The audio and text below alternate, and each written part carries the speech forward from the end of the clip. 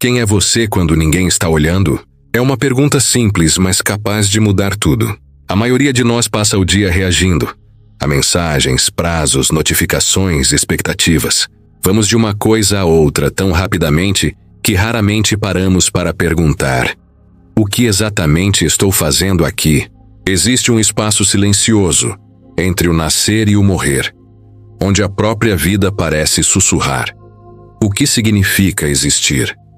Essa pergunta, tão antiga e tão humana, começou com um homem chamado Tales de Mileto, há mais de 2.500 anos. Imagine um mundo antes da ciência, antes das escolas, antes de alguém sequer ter dito "eu penso". Naquela época, tudo era explicado pelos deuses e pelos mitos. O trovão era a raiva de Zeus, o mar, o humor de Poseidon. As pessoas não questionavam o mundo, elas o temiam. E então veio Tales, um homem em pé diante do mar da Grécia Antiga, olhando para o mesmo mundo, mas vendo algo diferente. Ele se perguntou: e se o mundo não for controlado pelos deuses? E se houver uma ordem, um princípio, uma razão que une todas as coisas? Essa pergunta foi o nascimento da filosofia, a primeira faísca da consciência humana, olhando para si mesma. Tales acreditava que tudo era feito de água. Hoje isso pode soar ingênuo, mas a intuição dele não era sobre a química, era sobre a conexão. Ele via a água em tudo, no mar, na chuva, nos rios, no sangue do corpo humano. Era a própria vida, em movimento constante, mudando de forma, mas nunca desaparecendo.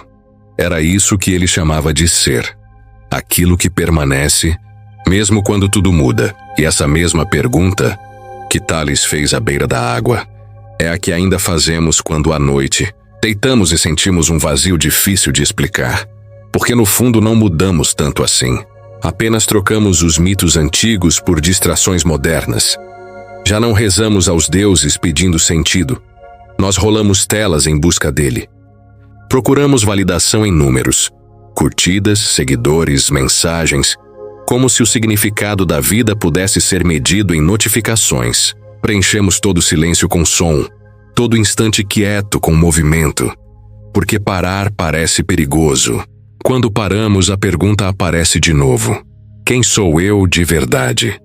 Pense nas suas manhãs. Você acorda, pega o celular antes mesmo de respirar fundo e já mergulha num mar de estímulos. Antes do café, antes do pensamento, você já está reagindo, comparando, desejando, julgando. E lá no fundo uma voz silenciosa pergunta: é só isso? Isso não é tédio. É o eco da pergunta mais antiga da humanidade, a mesma que Tales ouviu às margens do mar. Ele não buscava respostas no medo ou na fé. Buscava na própria realidade, na natureza, na experiência.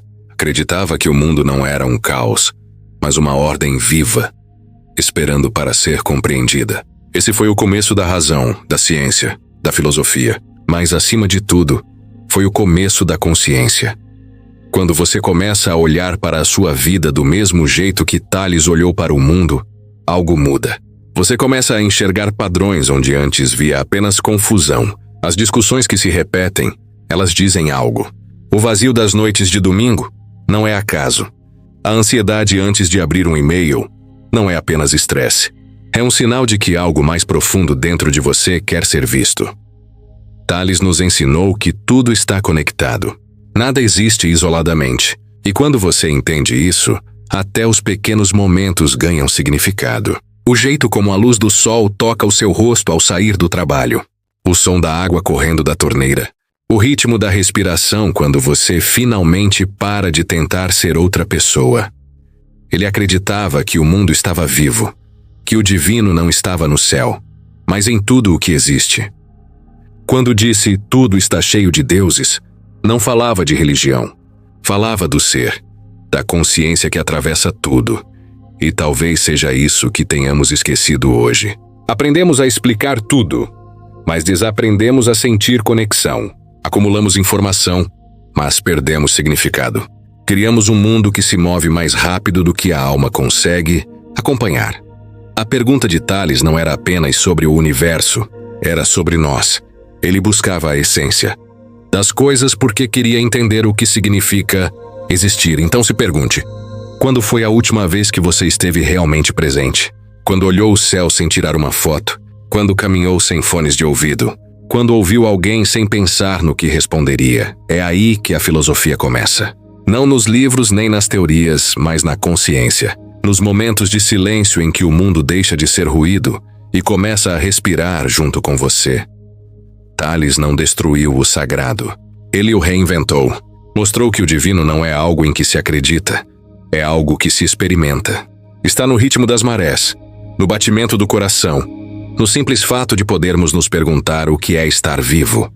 E é isso que torna a sua pergunta eterna. Hoje, chamamos de crise existencial. Aquele sentimento de vazio, de desencontro, de procurar algo que não sabemos nomear, mas esse é apenas um novo nome para a mesma inquietação antiga. É a alma lembrando que faz parte de algo infinito, mas presa em rotinas pequenas demais para contê-la. Quando você se sente perdido, desconectado, sem direção, isso não é um fracasso. É um chamado, o mesmo que levou Tales até o mar. É a própria vida convidando você a despertar, a perceber que o sentido não está fora, esperando ser encontrado. Ele está aqui, agora, no simples ato de perguntar. O universo sempre falou conosco. Nós é que esquecemos como ouvir. E talvez esse seja o verdadeiro trabalho de ser humano. Aprender a ouvir de novo. Parar, respirar e lembrar que você não está separado do mundo, mas é um reflexo dele. Tales olhou para a água e viu a vida. Talvez, se você olhar com atenção, verá o mesmo. Não apenas ao seu redor, mas dentro de si. Porque a pergunta que começou em Mileto nunca terminou. Ela continua viva toda vez que você se pergunta: o que significa ser eu neste exato momento? E se você ficar tempo suficiente com essa pergunta, em silêncio, com sinceridade, talvez comece a ouvir o mesmo que Tales ouviu há tantos séculos, que o ser não é algo a ser explicado, é algo a ser sentido, algo a ser lembrado.